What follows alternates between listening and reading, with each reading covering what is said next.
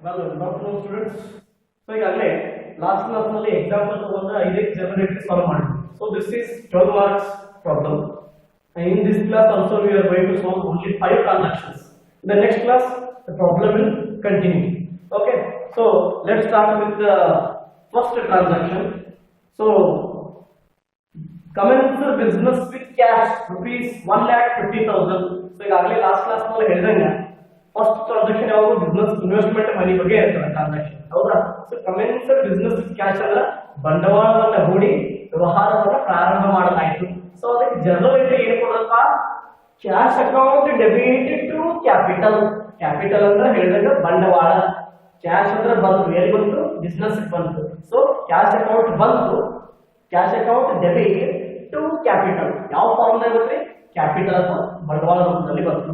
So cash account debit to capital rupees 1,50,000 debit and credit also 1,50,000.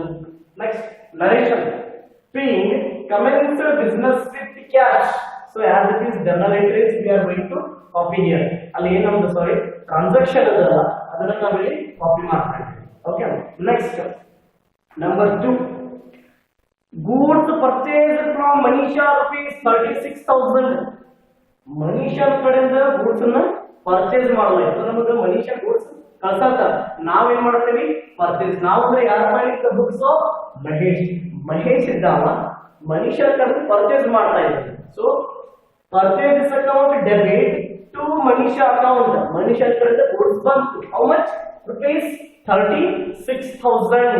So narration will be being the goods purchased from Manisha ಅಥವಾ goods purchased ಅಂದ್ರೂ sir.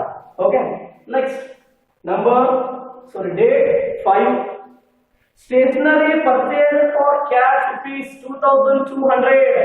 ಇಲ್ಲಿ paid stationery ಅಥವಾ stationery purchased for cash both are same. ಅಂದ್ರೆ cash ಕೊಟ್ಟಿದ್ದಾರೆ, cash ಕೊಟ್ಟು ಖರೀದಿ ಮಾಡಿದ್ದಾರೆ. ಏನ್ ಖರೀದಿ ಮಾಡಿದ್ರಪ್ಪ, ಸ್ಟೇಷನರಿ. ಸೊ ಸ್ಟೇಷನರಿ ಡೆಬಿಟ್ ಆಗುತ್ತೆ. ನಮ್ಮ ಕಡೆ ಮೆಟೀರಿಯಲ್ ಎಲ್ಲ ಬಂದು stationery materials. Stationery account debit to cash account rupees 2,200. ಯಾರು ಖರೀದಿ ಮಾಡಿದ್ರು, ಮಹೇಶ್ ಇದ್ದಾವ. 2,200 ಅಮೌಂಟ್ ಅನ್ನ ಸ್ಟೇಷನರಿ ಖರೀದಿ ಮಾಡಿದ. ಅಂಗಡಿ ಉದ್ರಿ ಎಲ್ಲ ಕ್ಯಾಶ್ ಕೊಟ್ಟು, ಅದಕ್ಕೆ ನಾವು ಇಲ್ಲಿ ಕ್ಯಾಶ್ ಇದ್ದೇವೆ ತೋರಿಸ್ತಾ ಇದ್ದೇವೆ. Okay. being narration, being purchased stationery, ಏನ್ ಮಾಡಿದ ನಾವು, ಸ್ಟೇಷನರಿ ಅನ್ನ ಪರ್ಚೇಸ್ ಮಾಡಿದ. Next date 6, deposited into bank. Bank ನಲ್ಲಿ ಹಣ ಡಿಪಾಸಿಟ್ ಮಾಡಿದ್ದಾರೆ. ಯಾರಿಗೆ, ಮಹೇಶ್ ಇದ್ದಾವ, ಬ್ಯಾಂಕ್ ನಾಗ ಹಣವನ್ನ ಡಿಪಾಸಿಟ್ ಮಾಡಿದಾರೆ. So bank is the receiver, as we already know. Bank is the cash receiver. So cash ಎಲ್ಲಿ ಹೋಯ್ತು, ಬ್ಯಾಂಕ್ ಹೋಯ್ತು. So bank account debit to cash account, to cash account rupees 35,000. So 35,000 amount ಅನ್ನ bank ನಲ್ಲಿ deposit ಮಾಡಲಾಯಿತು.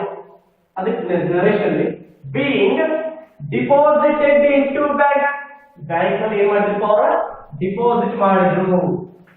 ಎಷ್ಟು amount, rupees 35,000. Okay.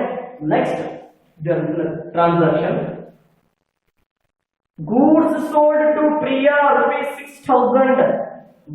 Sold ಅಂತಂದ್ರ sale ಆಗ್ಯದ. ಯಾರು ಸೇಲ್ ಮಾಡಿದ್ರು, ಮಹೇಶ್ ಇದ್ದಾವ, ಪ್ರಿಯಾನವರಿಗೆ ಗೂಡ್ಸ್ ಅನ್ನ ಸೇಲ್ ಮಾಡಿದ. ಎಷ್ಟು ರೀ, 16,000 rupees ಗೂಡ್ಸ್ ಅನ್ನ ಸೇಲ್ ಮಾಡಿದ. ಸೊ ಇಲ್ಲಿ Priya is the receiver, he is the seller. Who, Mahesh is the seller, Priya is the receiver. So ಇಲ್ಲಿ ಮಹೇಶ್ ಸೇಲ್ ಮಾಡಾಕಂದ್ರೆ ಅವ್ರಿಗೆ ಏನ್ ಬರ್ತದಪ್ಪ, ಕ್ಯಾಶ್ ಬರ್ತದ. ಹೌದು, ಗೂಡ್ಸ್ ಅನ್ನ ಸೇಲ್ ಮಾಡ್ತಾರೆ. ಸೊ ಇಲ್ಲಿ Priya account debit to sales. ಯಾರು ರಿಸೀವ್ ಮಾಡ್ತಾರೆ ಗೂಡ್ಸ್, ಪ್ರಿಯಾ ರಿಸೀವ್ ಮಾಡಿದ್ರು, ಇವ್ರೇನ್ ಮಾಡಿದ್ರು, ಮಹೇಶ ಸೇಲ್ ಮಾಡಿದ್ರು. So Priya account debit to sales rupees 16,000 debit, 16,000 credit. And the narration will be being goods sold to Priya. Goods sold to Priya. The exact transaction we are going to copy here. Okay. So these are the some 5 transactions that we have solved in journal entries. So in the next class also we are going to continue the same problem. Okay, thank you.